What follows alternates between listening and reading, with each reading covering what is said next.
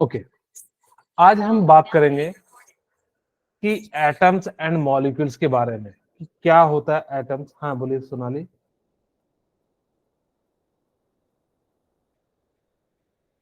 Okay ठीक है, कोई दिक्कत नहीं। अब अंजना गुड इवनिंग।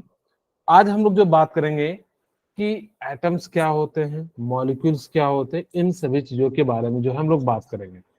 मैं अगर जो समझाऊं कि एटम्स किसे कहेंगे तो आप लोग कहोगे कि जो सबसे सिंपलेस्ट फॉर्म होता है किसी भी एलिमेंट का। ठीक है, सिंपलेस्ट फॉर्म जो होता है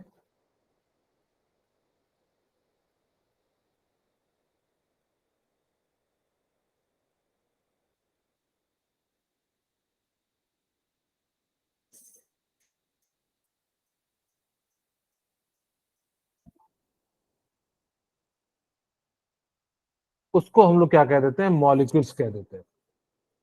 ध्यान से सुनना मेरी बात कि जैसे मैंने कहा कि हाइड्रोजन जो बने होते हैं, अगर जो मैं कहूं तो हाइड्रोजन एटम कहेंगे। जो भी एलिमेंट है उसको हम लोग क्या कहते हैं, एटम कहते हैं। एक्चुअली मैं बताऊं तो इसके लिए कई सारे महर्षि सब ने, कनाद ने थ्योरी दी, जो कि हम लोग आगे पढ़ते भी है। महर्षि कनाद ने क्या कहा कि जो सबसे छोटा पार्टिकल है जिसको अनब्रेकेबल है उसको एटम कहते हैं, और इसको हिंदी में हम लोगों ने क्या कहा, परमाणु कहा। लेकिन जैसे साइंस बढ़ा, आपको मैंने स्ट्रक्चर ऑफ एटम में बताया था कि एटम को हमने क्या कर दिया, तीन पार्ट में डिवाइड कर दिया।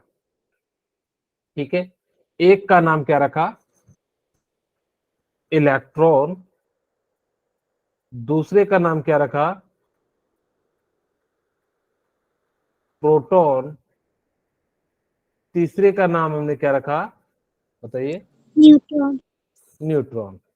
अच्छा, कोई मुझे बताएंगे कि इलेक्ट्रॉन की डिस्कवरी किसने की थी?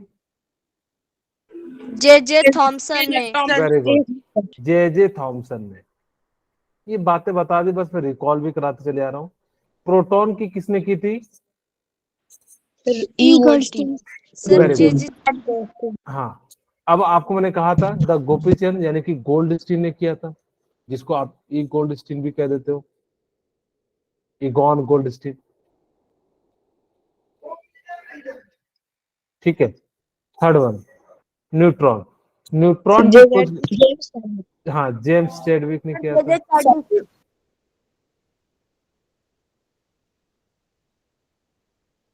और आपको मैंने बताया था इसकी रिमेम्बर ट्रिक क्या थी, द गोपीचंद।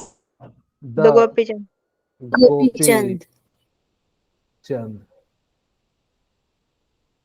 ठीक है, यहां से मैंने कहा था थॉमसन, और ई से हमने क्या कहा था, इलेक्ट्रॉन। और यहां से हमने क्या कहा था, गोल्डस्टीन। और पी से हमने क्या कहा था, प्रोटॉन। ठीक है, अब यहां से सी एस से क्या कहा था, चैडविक। और एन से हमने क्या कहा था, न्यूट्रॉन। एक और छोटा सा मैं चार्ट बना देता हूं ताकि कि आपको सारी चीजें जो है यहाँ से क्लियर हो जाए, कितना मास होता है, कितना चार्ज होता है। यहाँ पे हम लोग लिख देते हैं पार्टिकल्स, इन्हीं पार्टिकल होते हैं, इतना बड़ा क्यों बनाया मैंने, ताकि कि आपको याद भी रह जाए। अब बार बार चीजें आएंगी तो उसको हम रिकॉल भी करते चले जाएंगे। इधर साइड हमने क्या लिखा, पार्टिकल्स। इधर लिखा मास। इधर क्या लिखेंगे, चार्ज। ये सारी बातें बता दी है इसीलिए मैं बता रहा हूँ, नहीं तो मैं नहीं बताता। सीधे हम आगे बढ़ जाते, चार्ज, मास हो गया, चार्ज हो गया। और इसको हम लोग क्या कह देते हैं, यानी कि डिस्कवर्ड इसने किया था। एक टेबल हो जाएगा तो आपके लिए ज्यादा बढ़िया। हम सबसे पहले बात करते हैं इलेक्ट्रॉन की। तो इलेक्ट्रॉन का जो मास होता है वो कितना होता है, 9.1 into 10 to the power -31 kg। Charge कितना होता है, 1.6 इंटू 10⁻⁻19 कूलम। डिस्कवर्ड किसने किया? J Thomson. ठीक है, उसके बाद हम यहाँ पे बात करते हैं प्रोटॉन की। प्रोटॉन का मास कितना होता है? 1.67 इंटू 10⁻⁻27 kg। और यहाँ पे कितना हो जाता है इसका चार्ज? Plus 1.6 into 10⁻⁻19 coulomb. ठीक है, फिर हम इसके बाद बात कर लेते हैं कि इसका जो डिस्कवर्ड किया था किसने किया था? ई गोल्डस्टीन ने। थर्ड, अब हमारे पास क्या आ जाता है? न्यूट्रॉन। न्यूट्रॉन की जो डिस्कवरी की थी किसने की थी? इसका जो मास जेम्स कितना हो जाता है? चैडविक। हाँ, चैडविक। Very good. इस पे चार्ज कितना होता है? 0। इसको हम कह 0। देते हैं जेम्स चैडविक। आप इस चीज को याद भी रख लेना। ठीक है, ओके। अब हम आगे बात करते हैं मॉलिक्यूल्स ऑफ कंपाउंड कि जो भी कंपाउंड्स बने होते हैं वो बेसिकली किसके बने होते हैं? मॉलिक्यूल्स के बने होते हैं। जैसे मैं कहूं H2O किसके बने होते हैं, तो कहोगे कि सर ये हाइड्रोजन एंड किसके बने होंगे? ऑक्सीजन के। तो मॉलिक्यूल्स ऑफ कंपाउंड जो होंगे वो क्या हो जाएंगे कि जो दो या दो से अधिक एटम से मिलके जो बने होते हैं उसको हम लोग क्या कह देते हैं? यानी कि मॉलिक्यूल्स कह देते हैं। 2 और more than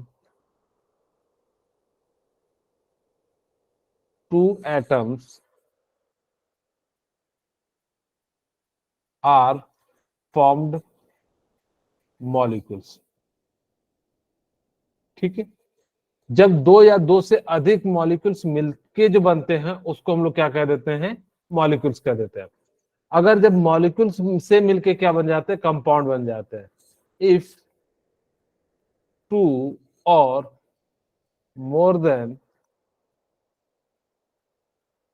2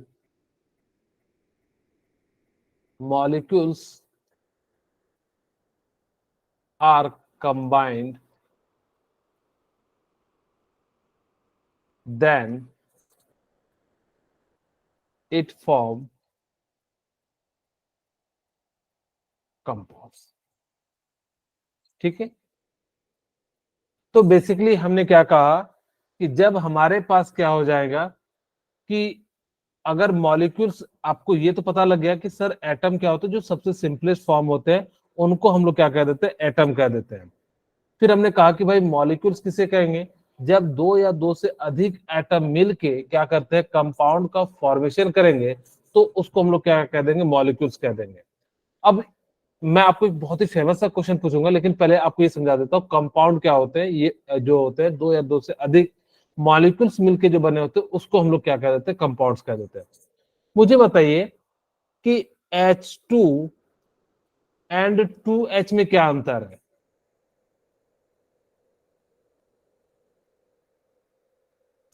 H2 and 2H में क्या अंतर है? जो बताना चाहेंगे एक बार रेज हैंड करें जो बताना चाहेंगे H2 एंड 2H में। ओके, और कोई? ओके, ठीक है। दिव्यांश ने हैंड रेज किया, और किसने किया है? और किसी ने? और किन्हीं को नहीं पता? चलिए, अच्छा ओके, दिव्यांश आप बताइए क्या अंतर है? सर H2 में 2 मॉलिक्यूल्स होंगे हाइड्रोजन के पास। ओके, और इसका मतलब क्या है? सर इसमें 2 हाइड्रोजन एटम्स है। Very good. इसका मतलब है ये हाइड्रोजन का मॉलिक्यूल्स है। ठीक है, ये हाइड्रोजन का क्या है? मॉलिक्यूल्स है, जबकि ये क्या है? एटम है। आपसे पूछा जाता है कि बताओ इसमें क्या अंतर है। जैसे मोल कॉन्सेप्शन में कई बार हम इसका यूज करते थे, तो वहां पे आपको बताना है कि H2 का मतलब क्या हो गया? मॉलिक्यूल्स हो गया, और 2H का मतलब क्या हो गया? यानी कि एटम्स हो गया। इसमें एक और पूछूं, मुझे बताइए कि N2, आपके वाइवा में पूछा जाए N2 और 2n तो कहिएगा यहाँ पे, इसका मतलब है नाइट्रोजन का मॉलिक्यूल सही है। ये आप ना नीचे वाला टर्म अपने मन से नहीं लगा सकते, ये आप चेंज कर सकते हो। 2 3 मैंने इसलिए ऐसा लिखा ताकि कि आप कंफ्यूज हो जाओ। यहाँ पे इसका मतलब है 2 नाइट्रोजन एटम, ठीक है। यहाँ पे नाइट्रोजन मॉलिक्यूल्स है, इसका मतलब है कि दो नाइट्रोजन ने मिल के यहाँ पे नाइट्रोजन मॉलिक्यूल्स का फॉर्मेशन कर दिया। जबकि यहाँ पे क्या हो गया, 2 नाइट्रोजन के एटम यहाँ पे क्या है, प्रेजेंट है। इसीलिए इसमें अंतर क्या है, एक नाइट्रोजन का मॉलिक्यूल्स है और एक क्या है, आपके पास नाइट्रोजन का एटम है। वही कहता है molecules compound constituent atom of different element. वो क्या होते हैं, डिफरेंट डिफरेंट एलिमेंट से बने होते हैं। और आप सभी को पता है कि एलिमेंट्स हाइड्रोजन, हीलियम, लिथियम, आप सभी को याद है 1 से लेकर 20 तक। Yes sir. Yes sir. चलिए मैं एक टेबल में बना देता हूं फिर से। यहाँ पे इसको हम लोग कहते हैं हाइड्रोजन,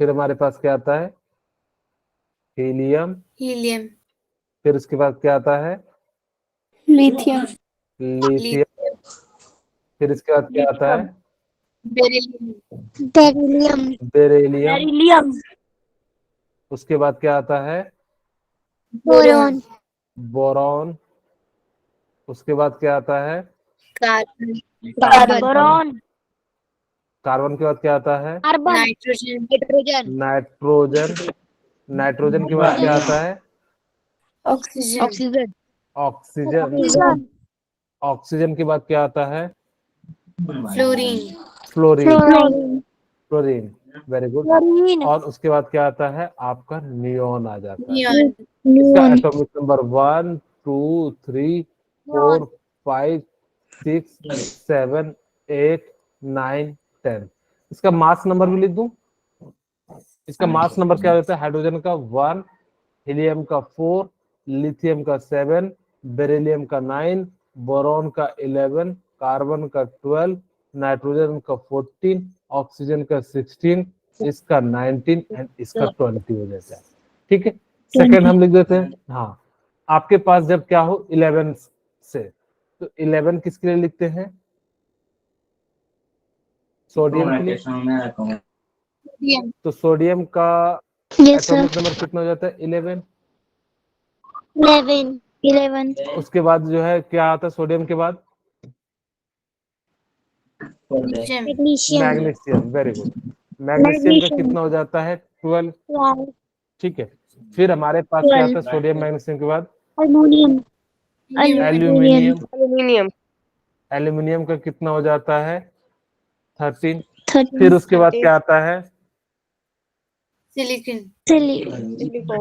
सिलिकॉन, सिलिकॉन का कितना हो जाता है, 14। और 14, 15 किसका हो जाता है, फास्फोरस, फास्फोरस, फास्फोरस का कितना हो जाता है, 15। फिर किसका हो जाता है, 15, सल्फर, सल्फर का कितना हो जाता है, 16। फिर क्या आ जाता है, 16, क्लोरीन, क्लोरीन, क्लोरीन का कितना हो जाता है, 17, 17। 17, फिर उसके बाद क्या हो जाता है, आर्गन, आर्गन का 18। आर्गन, और फिर 19 किस, 18, पोटासियम का क्या हो जाता है, 19, 9। और 20 किसका हो जाता है, कैल्शियम, कैल्शियम। इसका 20, कितना हो जाता है, 20। इसका मास कितना हो जाता है, 23, 24, 27, 28, 31, 32, 31, 35.5, 40 एंड 39 एंड जो है कितना हो जाता है, 40 हो जाता है। ये बातें हमने आपको जो है पिछली क्लास में बताई हुई है कि इनको याद भी रखना है।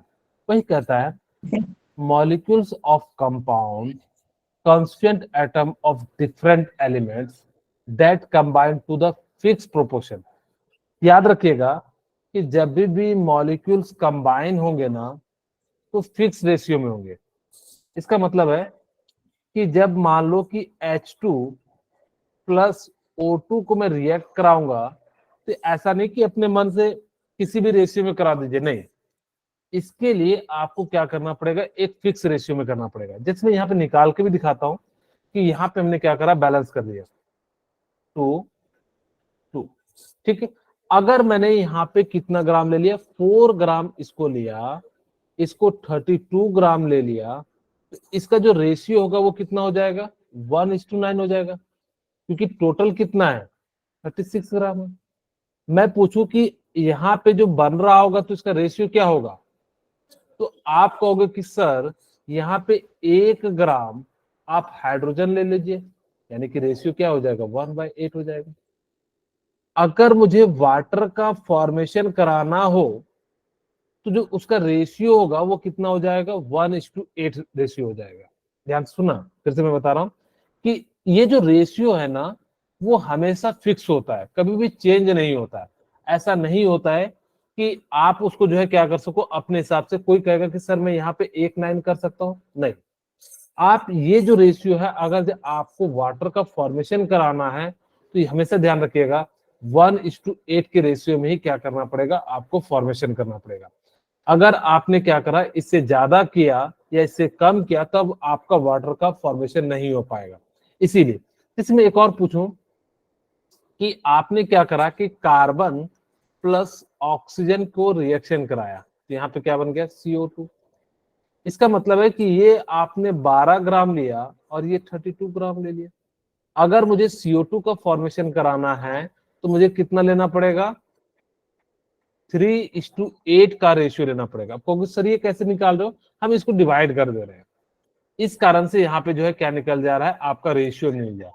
इसमें ना एक और बहुत ही फेमस क्वेश्चन पूछा जाता है कि कितना % हाइड्रोजन है, तो उस टाइप का भी मैं क्वेश्चन कराता हूँ। जैसे मान लो मेरे पास क्या कहा, मुझे बताइए कि हाइड्रोजन का परसेंटेज कितना होगा। कई बार आप लोगों ने सुना होगा कि सर इसमें इतने परसेंटेज है, तो आज हम आपको निकालना सिखाते हैं कि किसी का भी कैसे परसेंटेज निकालते हैं। ये 4 ग्राम है, ये 32 ग्राम है, और ये कितना है, 36 ग्राम है। ओके, अब मुझे बताइए कि अगर मुझे क्या करना हो, परसेंटेज निकालना हो, तो किसके अनुसार से निकालेंगे, टोटल मास के अनुसार से निकालेंगे। अगर जो मुझे हाइड्रोजन का निकालना है तो 4:36 into 100। अगर मैंने यहां से इसको सॉल्व किया तो ये कितना हो जाएगा, 9, यानी कि जो है 100/9। और इसी चीज को हम लिखते हैं 11.1%। इसका मतलब है कि यहाँ पे जो परसेंटेज है वो कितना है, 11.1% है। अगर मैं पूछूं कि ऑक्सीजन का परसेंटेज क्या है, तो आप लोग कहोगे कि सर बहुत ही आसान है, टोटल मास 32 ग्राम और नीचे में जो है कितना है, 36 ग्राम, और इनटू जो है क्या कर देंगे, 100 कर देंगे। तो ये कितना हो जाएगा, 4 से कट जाएगा 8, और ये क्या हो जाएगा 9, तो 800/9। अब मैं इसको जो है डिवाइड कर दूंगा तो करीब करीब कितना आ जाएगा, 88.8 आ जाएगा। इसका मतलब है कि यहाँ पे 88.8% आ गया। बोलिए, क्लियर है। Yes, sir. अब आप वैसे भी निकाल सकते थे कि 11.1 है तो टोटल 2 ही कंपाउंड 100% होगा, तो हम यहाँ से सीधे सीधे क्या कर सकते थे, माइनस करके भी निकाल सकते थे। तो इस प्रकार से हमारा क्या हो जाएगा, यहाँ से मैं आपको एक क्वेश्चन देता हूं, आप मुझे बताइए कि कार्बन का परसेंटेज कितना है एंड ऑक्सीजन का परसेंटेज कितना है CO2 में। मैं यहाँ पे मास दे देता हूँ 12 ग्राम, और यहाँ पे मैंने दे दिया 32 ग्राम, और यहाँ पे दे दिया 44 ग्राम। बताओ कि इसका परसेंटेज कितना है, इसका परसेंटेज कितना है।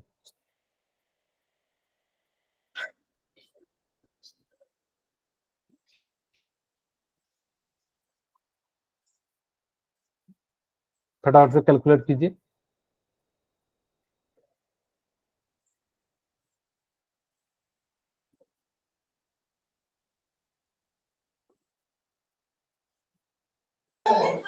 Sir, carbon का 27%. ओके, एंड 73% ऑक्सीजन का, और किन्हीं का बना,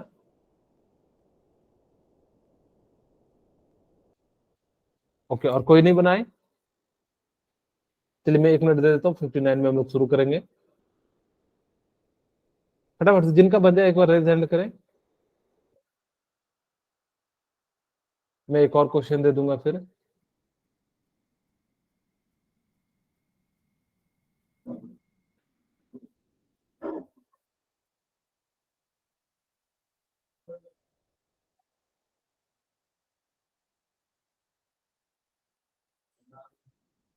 ओके चलिए, अब मैं बना देता हूँ, ध्यान सुनिए। हमने कहा कि भाई मुझे कार्बन का परसेंटेज निकालना है, जिसका परसेंटेज निकालना रहता है परसेंटेज ऑफ कार्बन। ठीक है, अगर मुझे कार्बन का परसेंटेज निकालना है तो यहाँ पे मास निकल किसका गया रखेंगे? कार्बन का सर। 12 ग्राम। सर हाँ निकल बोले, गया क्या आंसर आया दिव्यांश? सर। सर कार्बन का 27.2% और सर किसका CO2 का निकालना था ना? नहीं, कार्बन एंड सर ऑक्सीजन का। सर कार्बन का है 27.2% और सर ऑक्सीजन का है 72.8%। वेरी गुड, ठीक है। अब यहां से हमने क्या करा कि डिवाइडेड बाय 44 कर दिया, n 200। बोलिए, अब इसको हम कटा देते हैं। ये कितनी बार में कटेगा? 4 से 3 बार में, और ये 11 बार में। मैं इसको डिवाइड करूं तो ये करीब करीब कितना होता है? 9.9 के करीब आ जाएगा। अगर नंबर 99, इसको मैं अगर डिवाइड कर दूं तो कितना हो जाएगा? यानी कि 9 पॉइंट, यानी कि 27% अप्रॉक्स में ले लूं तो रेस्ट परसेंट हो जाएगा परसेंटेज ऑफ ऑक्सीजन। ऑक्सीजन का मास कितना है? 32 ग्राम डिवाइडेड बाय 44 ग्राम। तो यहां से इंटू 100। अब जैसे ही करेंगे तो ये कितनी बार में कटेगा? 8 बार में, ये 11 बार में। फिर से यहाँ पे इसको हमने डिवाइड करा तो ये करीब करीब 9 आ जाएगा। तो यहाँ से कितना आ जाएगा? 72% अप्रोक्स मैंने निकाला। तो इस प्रकार से आप किसी भी कंपाउंड का निकाल सकते हो कि उसमें कितना परसेंटेज किसी चीज का है। जैसे मैं एक नेक्स्ट क्वेश्चन दे देता हूं।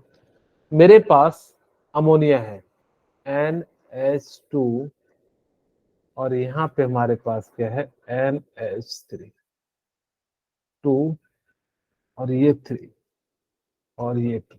अब मुझे बताओ कि यहाँ पे इसका परसेंटेज कितना होगा, नाइट्रोजन का एंड ऑक्सीजन हाइड्रोजन का? आप लोग जो कैलकुलेट कर ले तो एक बार रेज हैंड करें।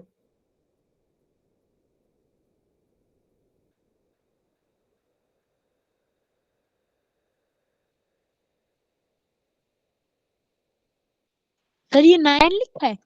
नहीं नहीं नहीं, ये क्वेश्चन मार्क है। अब आपको बताना है कि इसका परसेंटेज कितना होगा।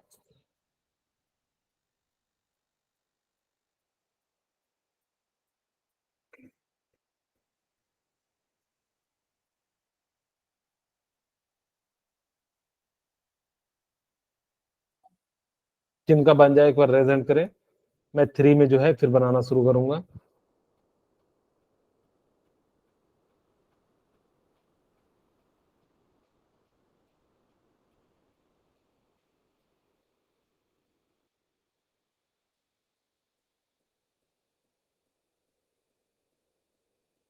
बन गया दिव्यांश, रवि, हर्षित, नाव्या, सांभी, पारस, अंजना, प्रकृति। आप लोगों ने बना लिया। प्रविंदर, सविता, ज्योतिका,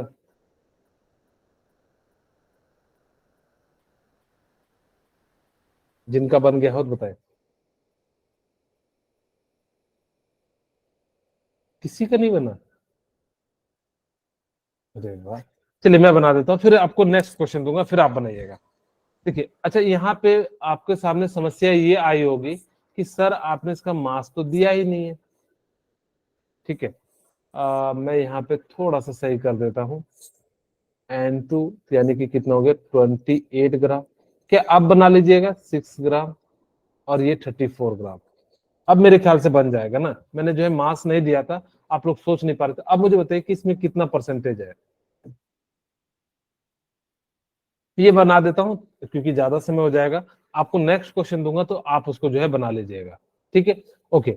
अब हमारे पास यहाँ पे कितना है? हमें जो इसका परसेंटेज निकालना है। जिसका परसेंटेज निकालना है उसका मास रखिए 28 ग्राम। ठीक है, डिवाइडेड बाय टोटल मास कितना है? 34 ग्राम। इंटू 100। अब यहाँ से हम कटा देते हैं, अगर जो कटता है तो उसको हम कटा देते हैं 14, और यहाँ पे हमारे पास कितना हो गया 17। मैं इसको जो है 100 को 17 से डिवाइड कर देता हूँ, ठीक है। यहाँ पे 15 और ये जो है 0, 150। तो हमारे बार कितनी बार में कट जाएगा?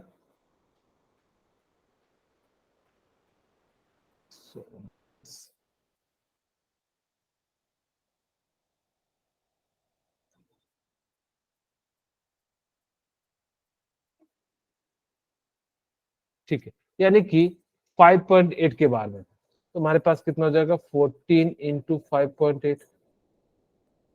अब हम इसको कर देते हैं तो यानी कि कितना हो जाएगा 112, और यहाँ पे हमारे पास कितना आ जाएगा 11। 14 पंचे 70, 70 और 11 कितना हो जाता है 81। यानी कि करीब करीब जो है 81% जो है ये हो जाएगा। 100 में से इसको माइनस कर देंगे तो यानी कि करीब करीब में 19% जो है क्या हो जाएगा आपका हाइड्रोजन हो जाएगा। तो इस प्रकार से हम क्या कर सकते हैं कि किसी भी कंपाउंड का हम लोग क्या कर सकते हैं, निकाल सकते हैं कि किसका कितना परसेंटेज है। खैर, हमने यहाँ पे दो बातें और सीखनी है इसमें। हमसे क्या पूछा है कि जब भी कोई कंपाउंड का फॉर्मेशन होगा ना, तो वो फिक्स रेशियो में होगा। अगर जब फिक्स रेशियो में होगा तो इसका मतलब है कि इसका रेशियो हाइड्रोजन और ऑक्सीजन का वो जब भी बनेगा वो फिक्स रेशियो में बनेगा। इसी कारण से हम इसको क्या कहते हैं 1:8 रेशियो में। अब यहाँ पे देखिए इसका कितना हो गया 3:8 रेशियो। यहाँ पे हमारे पास कितना हो जाएगा 1:8 रेशियो। सिमिलरली यहाँ पे अगर हम निकाले यानी कि कितना हो जाएगा 28 इंटू 6, तो ये कट जाएगा कितनी 14 इंटू 3, तो ये जो रेशियो आ जाएगा कितना आ जाएगा 14:3 रेशियो आ जाएगा। तो इस प्रकार से हम लोग क्या कर सकते हैं कि किसी भी कंपाउंड का हम लोग जो है रेशियो निकाल सकते हैं। इस बात को जरूर ध्यान रखना कि जब भी मॉलिक्यूल्स का फॉर्मेशन बने होगा वो फिक्स रेशियो में होगा। क्या वो डिफरेंट रेशियो में हो सकता है? तो नहीं, जब भी बनेगा तो वो हमेशा क्या होगा फिक्स रेशियो में जो है फॉर्मेशन होगा। ओके, सर अगर डिफरेंट रेशियोज में है तो? डिफरेंट रेशियो में कंपाउंड नहीं बनते, मिक्सचर बनते हैं, ठीक है। Yes sir. हाँ, ये याद रखना कि जो डिफरेंट रेशियो में जो है ना जब भी बनता है वो क्या बनता है आपका जो है कंपाउंड नहीं बनता, वो मिक्सचर का फॉर्मेशन होता है। अब हम बात करते हैं आयंस की। आयंस क्या होता है? Compound contain metal as well as non metal, this element included charge species like known as ions. यानी कि जिसके पास होता है, तो एनायन किसको कहते हैं मैं आपको एक एग्जांपल के साथ समझाता हूँ। एनायन, कैटायन एंड जो है यहीं पे समझा देते हैं। सपोज कीजिए अगर कोई एलिमेंट है, ठीक है, यहां पे मैंने मान लिया कि कोई एलिमेंट एक्स है, अगर इसने एक इलेक्ट्रॉन को लूज कर दिया, ठीक है, अगर इसने क्या करा कि एक इलेक्ट्रॉन को रिमूव कर दिया, अगर जो रिमूव करेगा तो इस पे चार्ज कैसा आता है? पॉजिटिव चार्ज आ जाता है, ठीक है। अगर यही एक्स एलिमेंट है, इसने एक इलेक्ट्रॉन को गेन कर लिया तो इस पे चार्ज कैसा आ जाएगा? X minus. क्योंकि सर हमें कैसे पता लगेगा? आपको मैं तरीका बताता हूं। मान लीजिए कि आप लोग क्या है सेठ साहूकार है, यानी कि बड़े आदमी है, आपसे मैं गया ब्याज लेने, आपने मुझे पैसे दिया तो आप पॉजिटिव हो गए। इलेक्ट्रॉन के केस में ऐसे ही सोचना कि आपने क्या करा कि जो है मुझे पैसे दिए, तो जिस कारण से मेरे ऊपर कैसा आ गया यानी कि ऋणी। जो देता है उस पे पॉजिटिव आ जाता है और जो लेता है वो कैसा आ जाता है? ऋणी आ जाता है। जैसे 10 रुपया आपने मुझे दिया तो मैं ऋणी हो गया 10 रुपए का, यानी कि निगेटिव चार्ज हो गया। जिसने दिया वो पॉजिटिव हो गया। तो इसी कारण से अगर जब कोई भी एलिमेंट क्या करता है कि एक इलेक्ट्रॉन को लूज करता है तो उस पे क्या आ जाता है? पॉजिटिव। और अगर जब कोई लेता है तो उस पे चार्ज कैसा आ जाता है? निगेटिव। ऐसे भी याद रख सकते हैं कि एनायन है और कैटायन है। मैं इसको याद रख रहा हूं, बता रहा हूं कि किस पे कैसा चार्ज होता है। देखिए कैटायन में टी है, टी का मतलब क्या हो जाता है? पॉजिटिव। तो इस पे चार्ज कैसा हो जाएगा? यानी कि पॉजिटिव हो जाएगा। एनायन में एन है, तो एन का मतलब क्या हो जाता है? निगेटिव। इसको आप लोग जो है पॉजिटिव भी लिख सकते हो, पॉजिटिव चार्ज। और इसको हम लोग क्या लिख सकते हैं? Negative charge.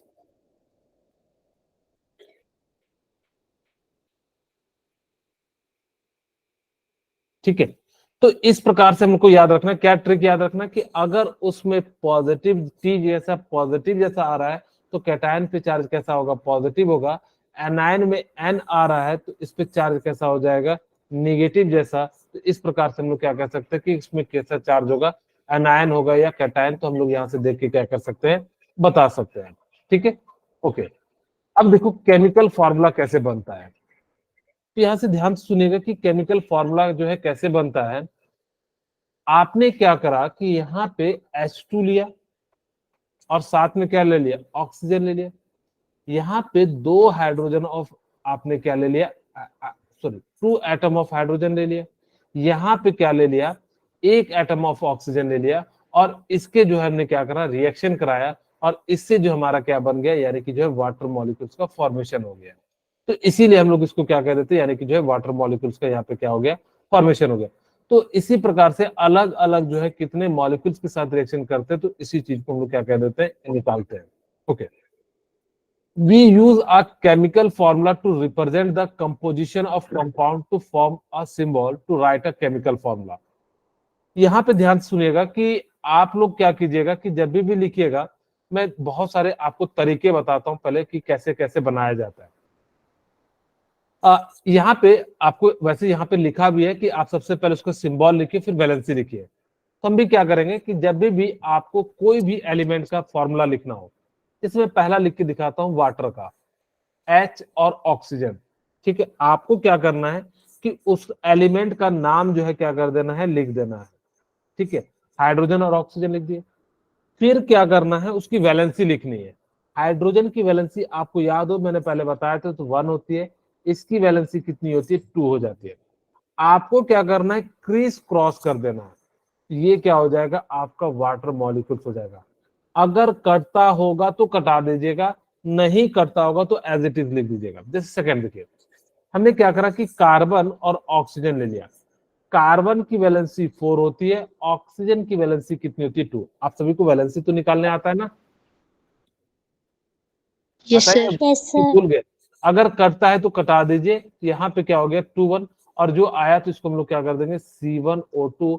और इसी चीज को हम लोग क्या लिख देते हैं, CO2। तो इस प्रकार से हम लोग क्या करते हैं, मैं एक बार बता भी देता हूँ वैलेंसी, क्योंकि यहाँ पे आया है the combining capacity of any atom is known as valency. कैसे निकालते हैं, तो मैं एक बार जो है आपको बता देता हूँ। 2 रिपीट हो गए, सॉरी, कोई बात नहीं। यहाँ पे देखिए, पहले मैं निकालता हूँ जनरल, 1 से लेके मैं 20 तक निकाल देता हूँ। ठीक है, तो हमारे पास क्या हो जाएगा, यहाँ पे मैं सिंबल लिखता हूँ, hydrogen, helium, lithium, beryllium, boron, carbon, nitrogen, oxygen, fluorine and neon. इसका एटॉमिक नंबर कितना हो जाएगा, 1 2 3 4 5 6 7 8 9 10। ठीक है, इसका इलेक्ट्रॉनिक कॉन्फ़िगरेशन क्या हो जाएगा, 1 2 1,2 2,2 2,3 2,4 2,5 2,6 2,7 2,8। हाँ जी, बोलिए रवि। सर आपने लिथियम में 1,2 लिख दिया है। Okay, sorry, 2,1। ठीक है, ओके। अब ये जो है आपका सिंबल है, ये एटॉमिक नंबर है, ये आपका इलेक्ट्रॉनिक कॉन्फ़िगरेशन है।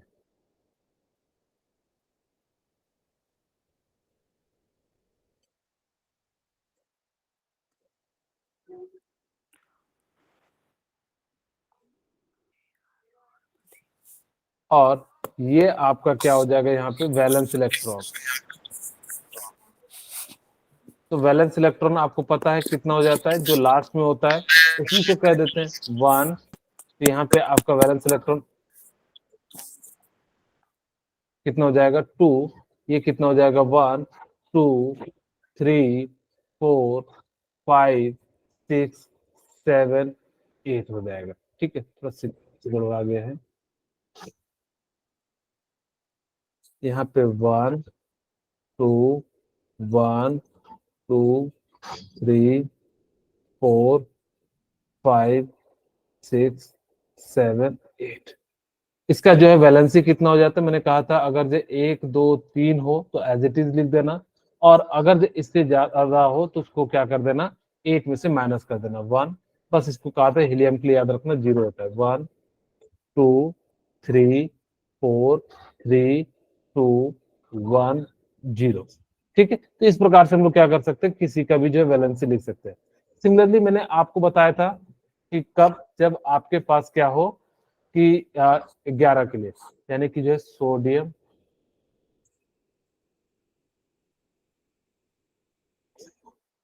और यहाँ पे क्या हो जाएगा 12 magnesium, 13 aluminium, 14 silicon, 15 phosphorus, 16 sulphur, 17 chlorine, 18 argon, potassium 19 और यहाँ पे कैल्शियम 20। 11 12 13 14 15 16 17 18 19 20। ठीक है, इसका इलेक्ट्रॉनिक कॉन्फ़िगरेशन क्या हो जाएगा, 2,8,1 हो जाएगा। इसका इलेक्ट्रॉनिक कॉन्फ़िगरेशन क्या हो जाएगा, 2,8,2 हो जाएगा। इसका क्या हो जाएगा, 2,8,3 हो जाएगा। इसका क्या हो जाएगा, 2,8,4 हो जाएगा। इसका क्या हो जाएगा, 2,8,5 हो जाएगा। 2,8,6 हो जाएगा। 2,8,7 हो जाएगा। 2,8,8 हो जाएगा। 2,8,8,1 हो जाएगा। ठीक है, और यहाँ से हमारे पास क्या हो जाएगा, 2,8,8,2 हो जाएगा। तो इस प्रकार से अब आपको पता है इसकी वैलेंसी कितनी हो जाती है। यहाँ पे वैलेंस इलेक्ट्रॉन 1 2 3 4 5 6 7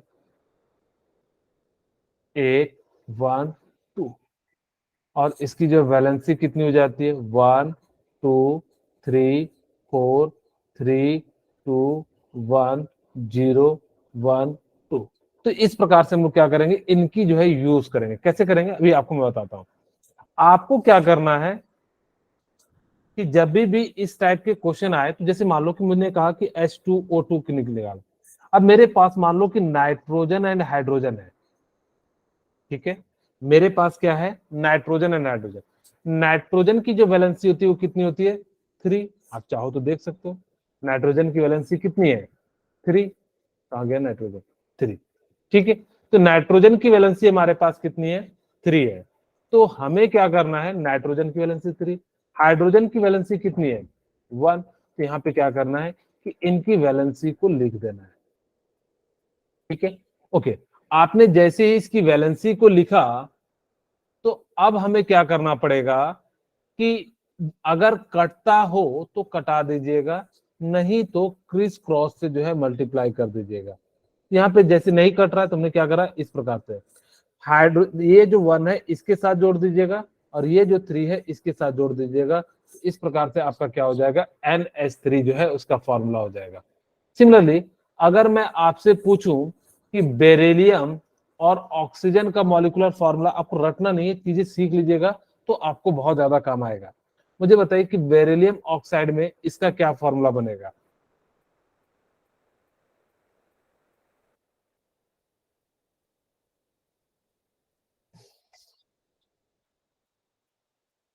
बोलिए इसका क्या फॉर्मूला बनेगा।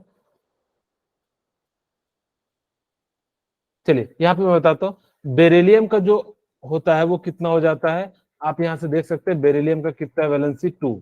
यहाँ से हमने क्या करा, हाँ 2। ऑक्सीजन का भी कितना होता है, 2। अगर ये कटता है तो इसको हम कटा देंगे, तो यानी कि 1 1। इसीलिए बेरिलियम ऑक्साइड का जो है फॉर्मूला क्या हो जाता है, BeO हो जाता है। अगर मैं सिमिलरली पूछूं कि कैल्शियम एंड हाइड्रोजन का फॉर्मूला क्या होगा, तो क्या होगा बताइए। कैल्शियम की वैलेंसी कितनी होती है, sir 2 okay very good.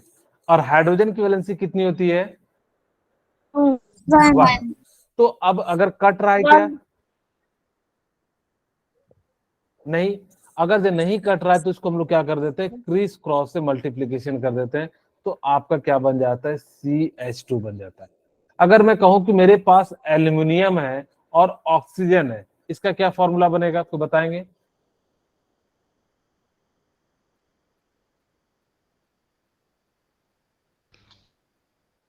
O3 very good. Aluminium का वैलेंसी कितना होता है, 3। ऑक्सीजन का कितना होता है, 2। कट रहा है क्या, यस नहीं सर। कट रहा है तो इसको नो क्या सर कर, ऐसे as it is criss cross कर देंगे, ये क्या हो जाएगा, Al2O3। तो इसका फॉर्मूला क्या हो जाएगा, इस प्रकार से Al2O3 हो जाएगा।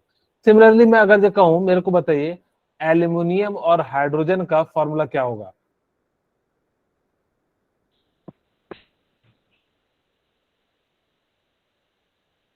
ALH3 very good.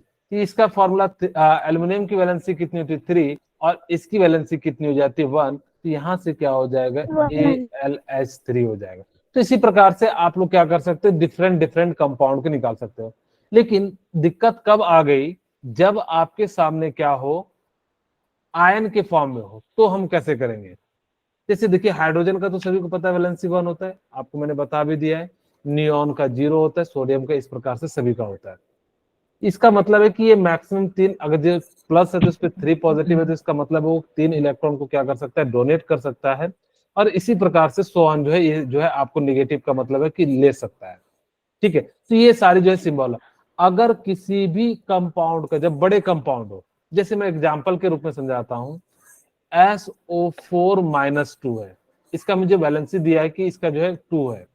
अगर मैंने क्या करा, इसको सोडियम के साथ रिएक्शन करा दिया, सपोज कीजिए मैंने इसको किसके साथ रिएक्शन करा दिया, सोडियम के साथ, मॉलिक्यूल्स का हम लोग क्या करेंगे, पहले जो है निकाल लेंगे कि इस पे कितना चार्ज है, वही उसकी जो है वैलेंसी हो जाती है। अभी आपको शायद चार्ज के बारे में नहीं पता होगा, फिलहाल हम लोग जो यहाँ पे बात करते हैं। तो सोडियम के पास हमारे पास कितनी हो जाती है, 1 हो जाती है। तो आप पहले मेटल को लेके, हाँ, तो यानी कि NaSO4-2, ये 1 हो जाएगा, ये 2 हो जाएगा। इसको हमने क्या करा, क्रिस क्रॉस से मल्टीप्लाई कर दिया, तो आपका क्या बन जाएगा, Na2SO4। ठीक है, तो इस प्रकार से हम लोग क्या कर सकते हैं, इनके जो है लिख सकते हैं कि कितना ज्यादा किस टाइप का फॉर्मूला बनेगा। अब मैं एक और पूछूं कि जैसे मेरे पास यहाँ पहले पे कौन सा एलिमेंट लिखना है? पहले मेटल लिखा जाता है, ठीक है, वो आपको सीक्वेंस में ठीक लिखा है। गया, हमने तो यहाँ पे लिखा नहीं है, वो एक्चुअली आपकी बुक में जो है सीक्वेंस में लिखा जाएगा।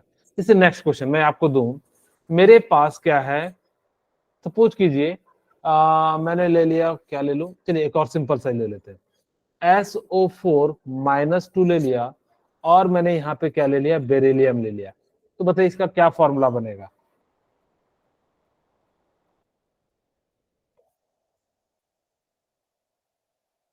इसका जो है कितना होता है, 2 होता है।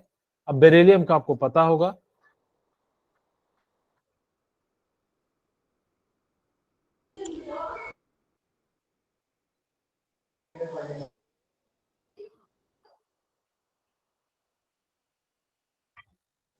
सर DeSO4-2 ये पावर BE है। हाँ वेरी गुड। एक्चुअली ये जो है ना, सल्फेट जब माइनस यहाँ पे बनेगा तो इसका कितना होता है, बेरिलियम का भी 2 होता है, ये कट जाएगा, तो यहाँ से क्या बन जाएगा, BeSO4, यानी कि जो है कंप्लीट हो जाएगा। ठीक है, यहाँ पे +2 आता है तो यहाँ पे -2, इसको जो है लिखने का। अगर मैं कहूँ कि मेरे पास कोई एक एलिमेंट है X और उसकी वैलेंसी 3 है, ठीक है, -3 है, यहाँ पे लिखा हुआ है कि इसकी जो वैलेंसी -3 है, और उसने कहा कि बेरिलियम के साथ रिएक्शन कराइए तो क्या फॉर्मूला बनेगा।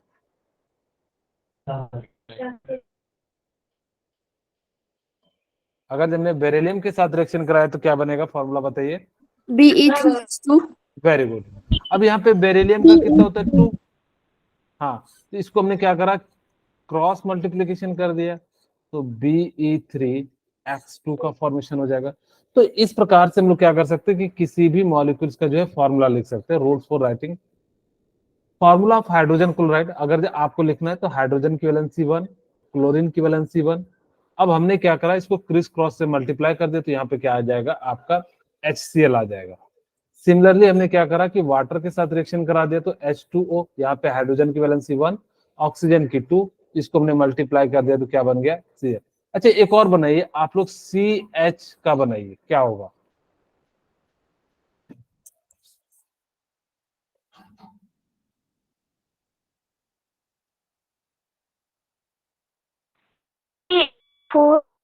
CH4 very good. कार्बन की वैलेंसी कितनी होती है? 4।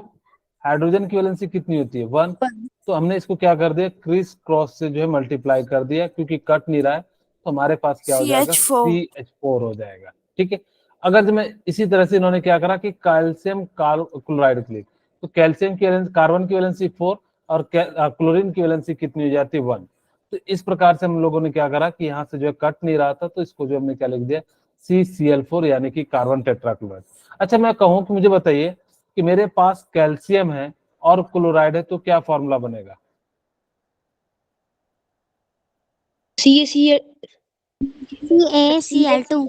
Very good Ravi, thank you. अगर मेरे पास यहाँ पे क्या है, इसकी वैलेंसी 2, इसकी वैलेंसी 1, हमने क्या करा, क्रिस क्रॉस मल्टीप्लीकेशन कर दिया, तो हमारे पास क्या बन गया, CaCl2 का जो है फॉर्मेशन हो गया। ठीक है, ओके। चलिए नेक्स्ट। अब देखो यहाँ पे सोडियम ऑक्साइड है, अगर हमने क्या करा, सोडियम लिया और ऑक्सीजन लिया, सोडियम की वैलेंसी +1 होती है, इसकी वैलेंसी -2 होती है, तो इस प्रकार से हमने क्या करा, इसको क्रॉस मल्टीप्लीकेशन कर दिया। अच्छा मैं पूछूं कि सल्फर है मेरे पास और मेरे पास ऑक्सीजन है, तो मुझे बताइए कि इसकी वैलेंसी क्या हो जाएगी?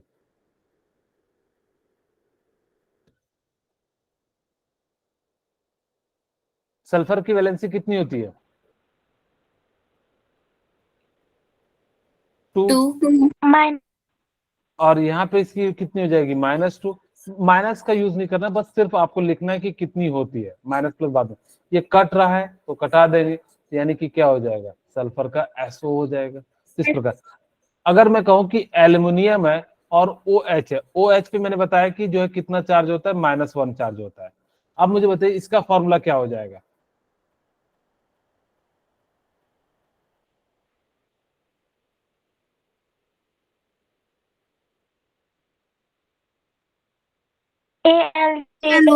ओके, ये एल्युमिनियम का 3 होता है और इसका कितना होता है, 1, तो ये क्या हो जाएगा, AlOH का होल थ्राइस हो जाएगा। ठीक है, तो इस प्रकार से हम लोग क्या कर सकते हैं कि किसी भी कंपाउंड का जो है फॉर्मूला लिख सकते हैं। नेक्स्ट क्लास में हम लोग बात करेंगे मॉलिक्यूलर मास के बारे में, क्योंकि अभी पूरा कंप्लीट भी नहीं हो पाएगा, तो नेक्स्ट क्लास में, आज की क्लास यहीं पर रखते हैं, फिर मिलते हैं नेक्स्ट क्लास में।